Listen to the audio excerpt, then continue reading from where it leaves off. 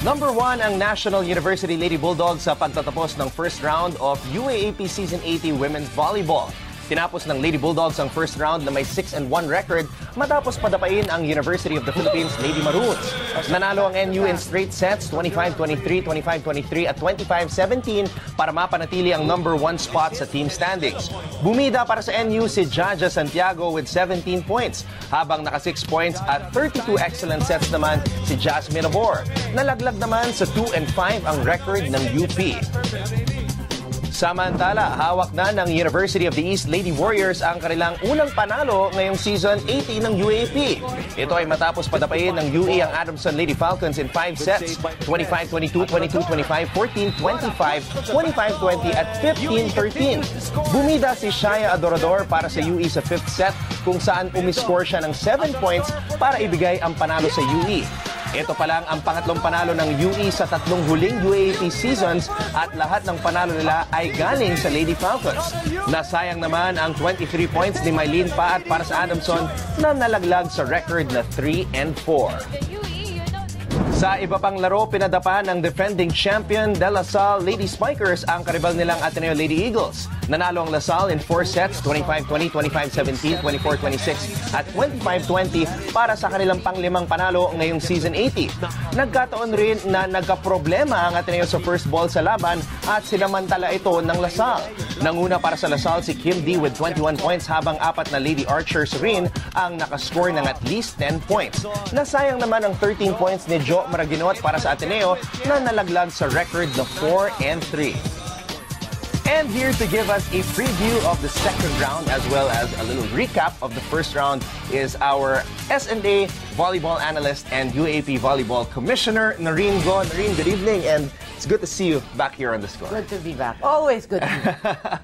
All right, Noreen, we miss talking to you and covering the games as you are serving as commissioner once again. But for you, what stood out in the women's volleyball tournament of the UAAP? Well, obviously, expect the unexpected for me. I mean, each team cannot relax. You can't have a bad day because if the opponent has a good day, then the opponent can actually win. So you don't know what to expect really. And we saw that last weekend nung nanalo nga ang UE kontra sa Adamson University. So let's talk about some of the teams that made those upsets nga. So UE, grabe yung mga pagbabago, mga experiences ng mga players because Coach Francis Vicente took a leave of absence and in comes Coach Rod Roque and he takes over the team and gets their first win in a long time since last season. So what did you see from that match? How did UE pull off that victory against Adamson aside from the fact na hindi nag-start yung 3 key players ni Coach Erpada? Well, I think let's not focus on Adamson first. Let's focus on UE. UE actually played very well. They played with a lot of heart. And I think Coach Rod, now we can call him Coach Rod. Si Sir lang yan dati. But what I think he brought to the players, being head coach, is he took out the pressure. I mean, it's more of, you're there to enjoy, you have the skills, how do we get better? And, you know, he kept reminding the girls that, you know, just play your game, love the game, and enjoy it. And they pulled it off. I mean, it was an upset, but the girls are ready for a win. I mean, they've been winning sets against strong teams, so you know they were already ready to win.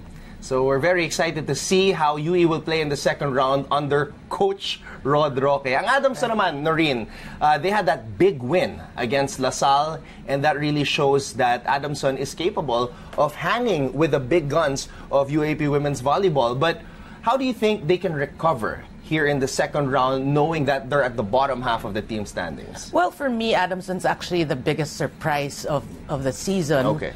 You said it. They upset La Salle, and they beat, I think, FEU as well. So you know that they're a strong team, especially when you take seasons ago as a benchmark to the season. I mean, everybody's so happy for their progress, especially for Coach Air. But I think also they should realize that, you cannot take any other team for granted, meaning, I'm not saying they're overconfident. I'm just saying you always have to be focused, the same focus you had going into that game against La Salle. You should have that same focus going to any game for that matter. Then you realize also that, that will build a stronger character for the team. Okay. Noreen, you're an alumna of UP. Yes. So I want to ask about UP. They're under a new coach, si Godfrey Okumu, and there are some games wherein it just seems that they don't have that finishing kick to win games. Pero sa unang bahagi ng mga laban, nakikita natin na kaya naman nilang makipagsabayan. What do you think is lacking with the Lady Maroons of Coach Godfrey? Well, UP is obviously adjusting right now. I mean, we gotta mention FYI to the fans, no? Yeah. Okumu came in like 2 months, 2 months to a month, like that. Okay. Before the season. So of course it's a new style, a new program, a new system. So the girls have to adjust. And you know, we should give it to them. They're strong players. I mean, we have players like Molde and Carlos and Estranero. I mean, these are strong players. But again, the team needs to adjust to the new coach, the new system. But I feel in the second round we'll see a better UP team if they can embrace, you know, the changes that has come their way. 2-5 ang record ng UP. UST also is at 2-5, and of course, Cici Rondina has been trying to carry the Golden Tigresses on her back. Noreen, what do you see from the UST Golden Tigresses, and do you think that Cici can, on her own, by herself, come up and carry UST to a couple of more wins in the second round? Well, they have to realize that it is a team effort. Yes, Cici Rondina at the end of the first round is the top scorer. Yeah. Okay, we gotta set that straight, no? She's trying her best, but it's a team effort. It can't be her. I mean, we saw that game that she seems so tired. What was their last loss? To UP. To UP. She seems so tired. I mean, we know that she's missed 110%, you know. So going into every game, she gives it her all.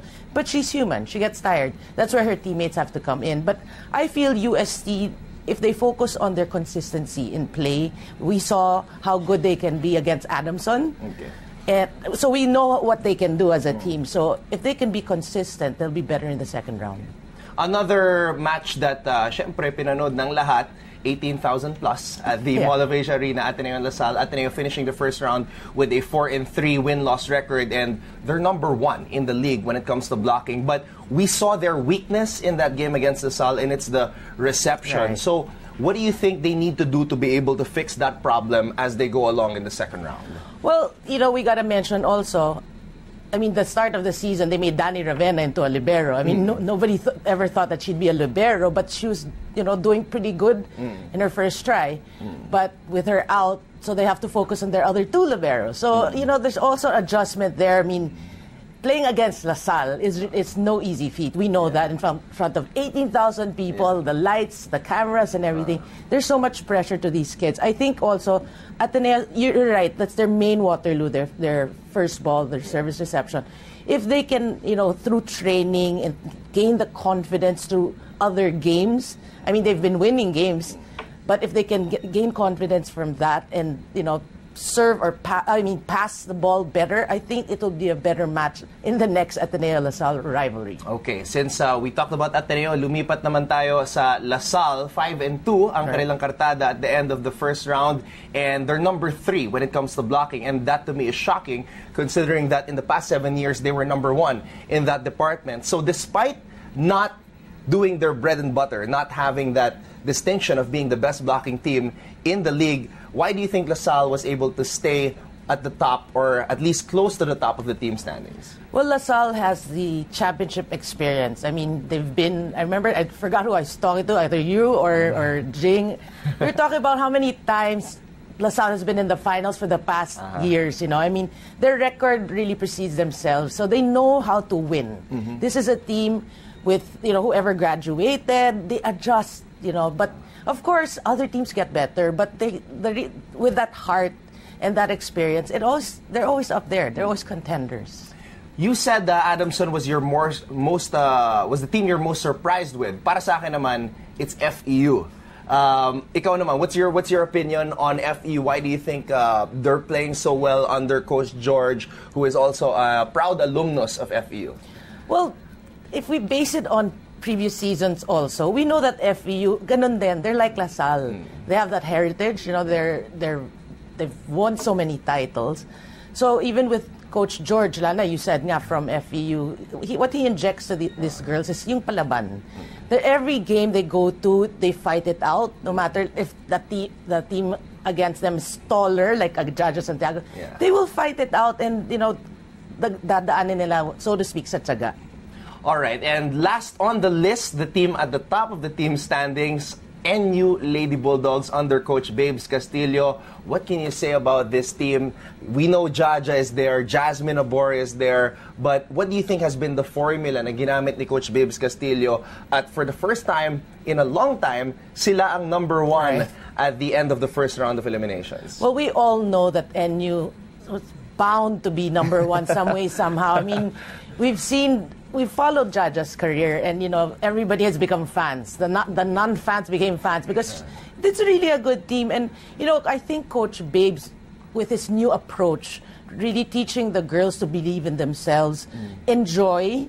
Take out the pressure. It's more of enjoy and play your game because we know they're a good team. You have a Jasmine Nabor and a Jaja together, and the rest.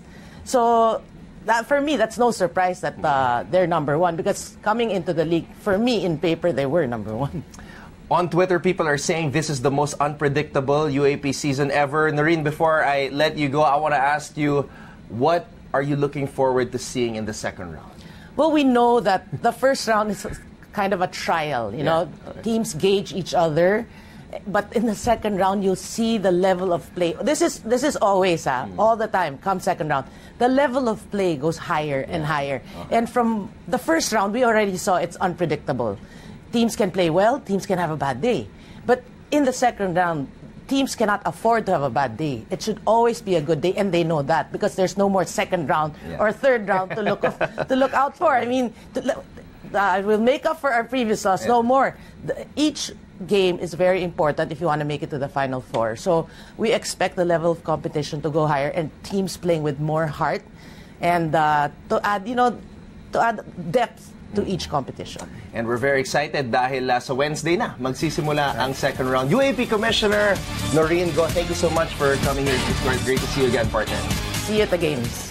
For more sports updates, keep watching The Score and don't forget to subscribe.